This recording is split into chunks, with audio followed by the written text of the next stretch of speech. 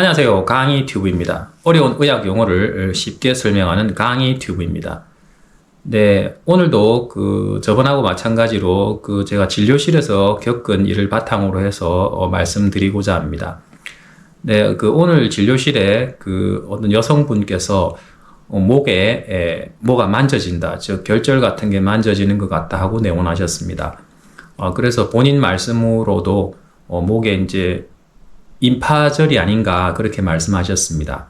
네, 그래서 오늘은 목에 이래 임파절, 즉 결절 같은 게 만져지는 경우에 어떤 검사를 시행하는지, 그리고 대부분 이런 경우에 어떻게 결과가 나오는지 거기에 대한 내용입니다.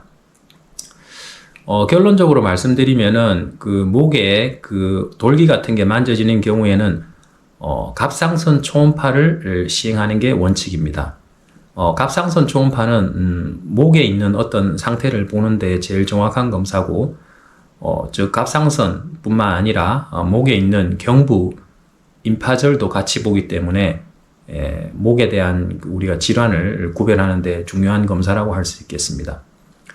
결국 그 여성분은 갑상선 초음파를 시행해 보니까 갑상선은 이상이 없었습니다. 이상이 없었고 약간 예상한 대로 경부에 임파절염으로 나왔습니다. 임파절염으로 나왔고, 경부의 임파절염은 뭐 감기라든지 이런 호흡기 감염하고 연관되는 대부분 반응성, 즉 그런 염증성 반응으로 생기는 그런 경우이기 때문에 대부분 크게 걱정 안 하셔도 되고, 호흡기 감염이 해결되면 대부분은 작아지는 게, 스스로 사라지는 게 일반적인 경향입니다. 하지만 드물지만은 이 경부의 임파절염이 우리가 제일 걱정하는 뭐 암이라든지, 또 우리나라에 아직까지도 많이 있는 결핵이라든지 이런 거와 연관돼서 암성 임파절염 또는 결핵성 임파절염과 같은 약간 좀 악성의 그런 경향을 나타내는 경우도 있습니다.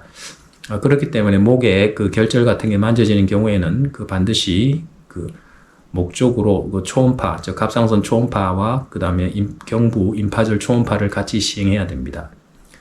그 다음에 오늘 이제 또 제일 주된 주제로 말씀드리고자 하는 목에 뭐가 만져질 때 우리가 시행하는 게 갑상선 초음파입니다.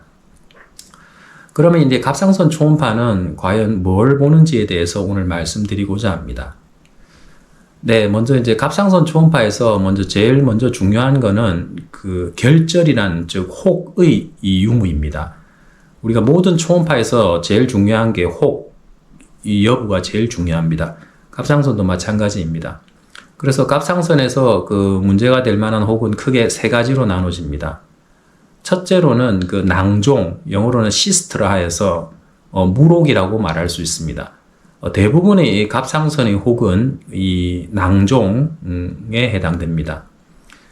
이 낭종은 대부분 암으로 거의 100% 진행되지 않습니다. 그렇기 때문에 낭종은 발견돼도 크게 걱정 안 하셔도 되고, 최소 1년에 한 번 정도 초음파 검사로 추적 검사를 하시면 됩니다. 두 번째로는 결절에서 문제가 되는 게 선종이라는 조직입니다. 선종은 정상 조직하고 그 다음에 비정상 조직이 좀 섞여져 있는 양상을 나타냅니다. 그래서 섞여져 있는 정도에 따라서 1단계, 2단계, 3단계로 나눌 수 있습니다.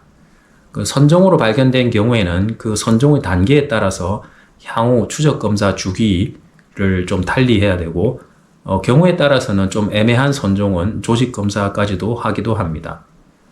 그 다음에 우리가 세 번째로 우리가 문제가 되는 결절은 제일 우리가 걱정되는 암이죠. 예. 그래서 암으로 발견되면 당연히 그거를 제거하는 수술을 하든지 아니면 다른 또 치료를 하든지 그렇게 해야 됩니다. 네, 그 다음에 갑상선 초음파에서 이런 결절 다음으로 우리가 봐야 될 거는 갑상선의 모양과 형태, 그리고 색깔입니다. 먼저 모양과 형태는 갑상선 초음파를 했을 때 갑상선 실질의 이 모양입니다. 우리가 갑상선 모양을 정상적인 경우에는 우리가 영어로 보통 fine하다 이렇게 표현합니다. fine은 굉장히 규칙적이며 또 균일하다 이런 표현을 씁니다. 그게 이제 정상적인 조직이고, 그다음에 약간 비정상적인 조직은 영어로는 coarse, 즉 약간 좀 거칠다 이런 표현을 씁니다. 즉 약간 불규칙적이고 좀 울퉁불퉁한 느낌이 있고 또 이래 일정하지가 않고 약간 불규칙한 것을 나타냅니다. 그런 경우에는 우리가 반드시 갑상선 기능 검사를 해서 갑상선 호르몬 수치가 정상인지 아니면 기능 항진증인지 아니면 기능 저하증인지를 알아봐야 됩니다. 그 다음에 색깔은 갑상선 자체의 색깔이 아니고 갑상선의 칼라 도플러라는 그 혈류를 보기 위한 그 도플러 검사를 하게 됩니다. 갑상선은 원래 그 자체가 그 혈관 음영이 별로 없습니다. 즉 정상적으로 이 칼라 도플러를 걸었을 때 혈관 음영이 정상적으로 거의 없는 그런 게 정상입니다. 하지만 대표적으로 그 갑상선 기능 항진증, 즉 그레이브스 병에서는 그 혈류가 아주 많이 증가됩니다. 그게 굉장히 특징적으로 나타나면은 그 병을 진단할 수가 있습니다. 그래서 이런 혈류, 즉 갑상선의 색깔도 보게 됩니다. 그 다음에 갑상선 초음파에서 봐야 될 거는 세 번째로 갑상선 전체의 크기를 봐야 됩니다.